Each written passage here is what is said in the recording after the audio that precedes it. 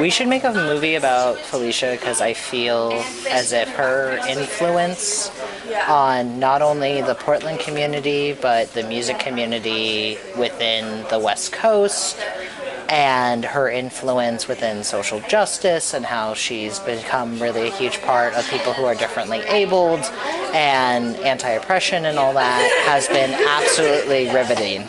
And I personally feel like her music has not only personally influenced me, but has in turn saved the lives even of certain folks who listen to her music and have been able to cultivate just like, you know, their own empowerment through listening to her and through being around her.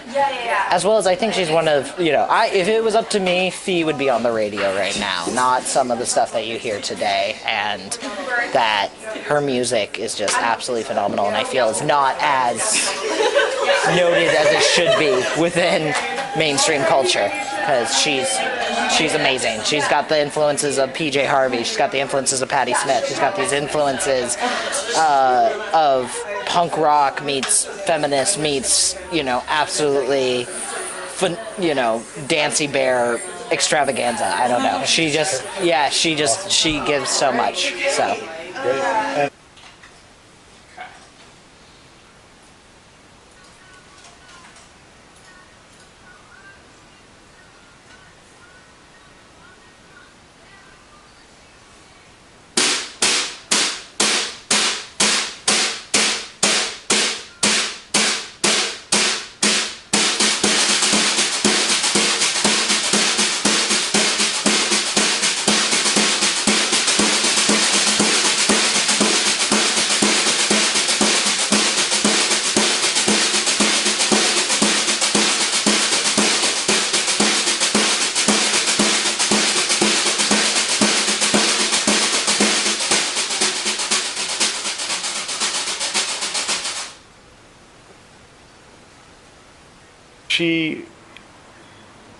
There are people that alcohol agrees with, and there are people that it doesn't, and the people who get like that probably shouldn't be drinking, and she's not, and she's a lot better for it. And you can kind of, if you're familiar with her music, it starts with these punk bands that are songs about drinking and just, you know, being wild, and then her first album as Felicia and the Dinosaur was more about illness, and she would sing a little bit about, she'd reference 211, which is, you know, what bums drink, so it's pretty cool. And then it sort of, right around Hand Me Down God, that's when she was getting sober, so there may have been a little bit of references to it, but then there's still she's talking about illness and she's talking about sobriety, and and then now it's just about sobriety from what I've seen. Okay, listen, Wu-Tang is very closely associated with the many incarnations of Kali. She's very much like Kali's little minion. And she is spicy, and she's the reason that my friends call my music feminasty.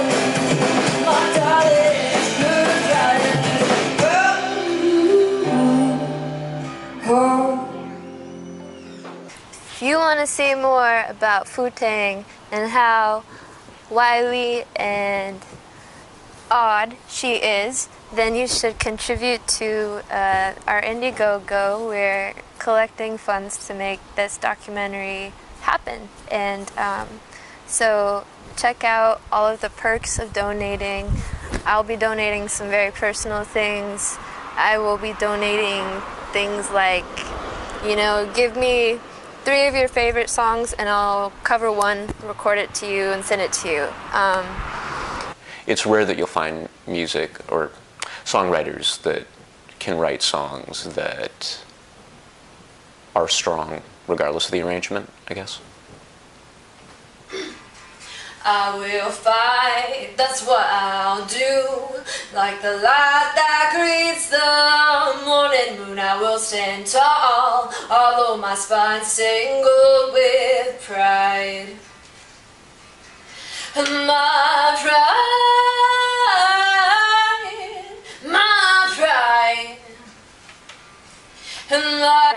So my mom and I, again, it's so bizarre that we share this, but both of us kind of tend to avoid the whole "how did your father die" conversation that comes up in doctor appointments, because all of a sudden it's like they just grabbed your head or something and they're like, "Are you going to kill yourself?" Yeah.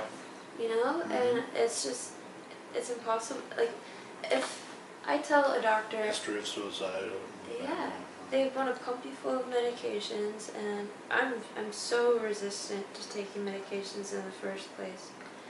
But if abuse comes up, then the entire thing changes. Then all of a sudden I'm sick because I was abused.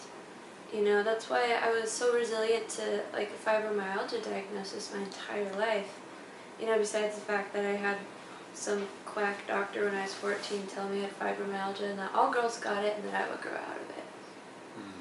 In the Gnostic text they say you gotta know the dark mother before you can know the light mother. So I'm just gonna chill in the dark for a while longer, you know.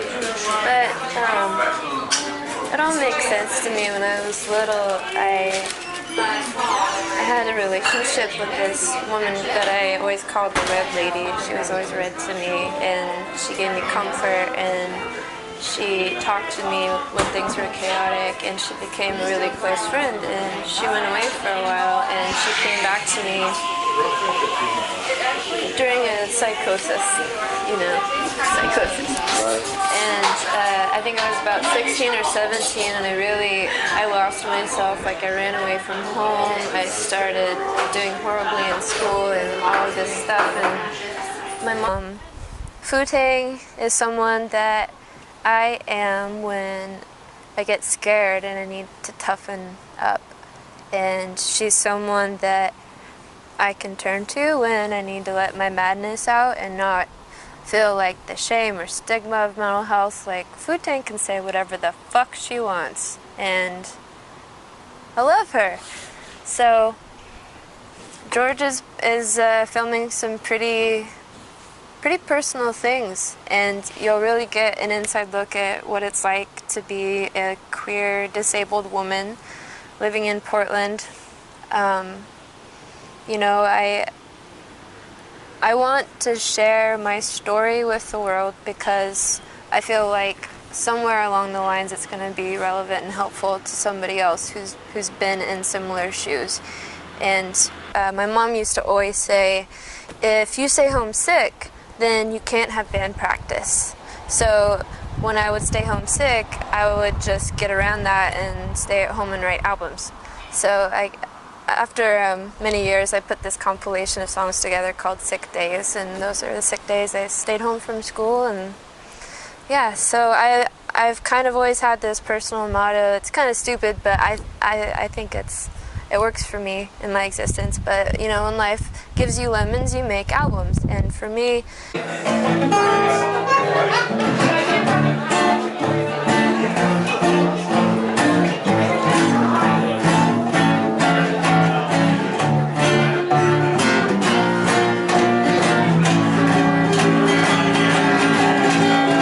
love will call you by your true name. Sleep in my face, and the sky will remind you of your glory days. When all of your ideas were as full like the pills you took when you got sick when anything was shit, but you finally straight the march through the streets of my heart. Bring the book bond to I wanted. It's you I wanted. I love you, you goddamn go. I love you, you goddamn go.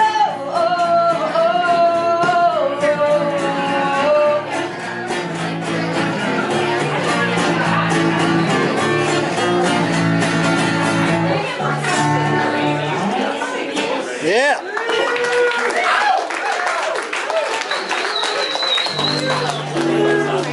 How's it going?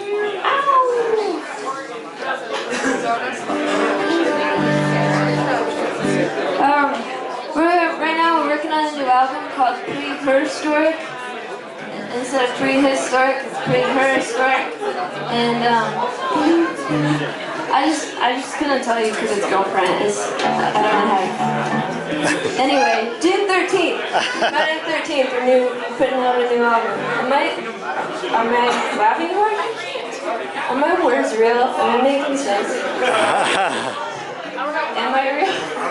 This song is called Tang Celebrates Madness.